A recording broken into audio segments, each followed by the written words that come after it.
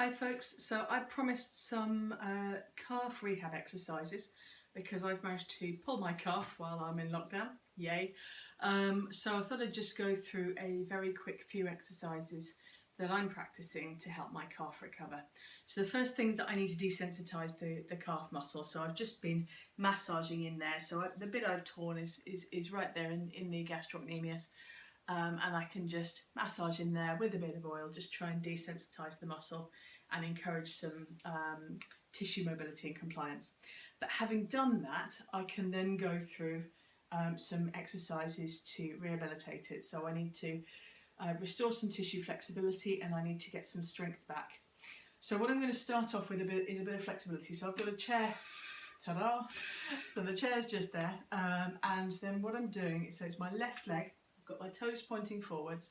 I'm going to go into a calf stretch there, and then I'm going to just bend the knee. Now, that's one way of stretching the soleus and stretching the gastrocnemius, but what I'm going to try and do, because I quite like this for a flexibility exercise, is to work my way through the range of motion while holding the calf on a stretch. So what I mean by that is that the calf is going to stay as stretched as I can get it, so I'm feeling a stretch all the way down the back of the calf.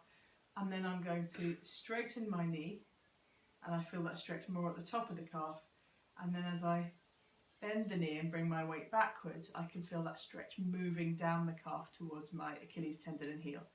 So again, I come through there, and that stretch is more at the top end of the calf as I straighten the knee.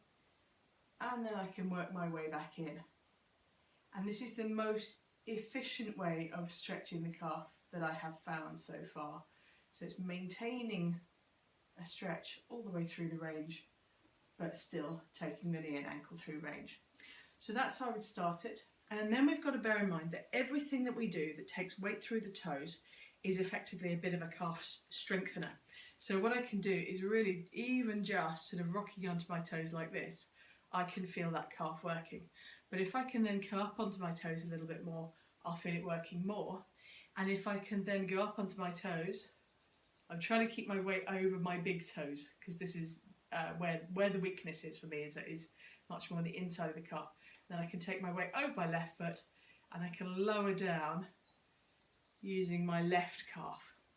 And then I can push up on both, take my weight over onto the left. I can't yet push through just my left one, and then lower down with my left. So if I show you that from the back, I'm going up on both, shifting my weight over to the left, so that I've got 80–90% of the weight on my left foot, and then slowly coming down like this.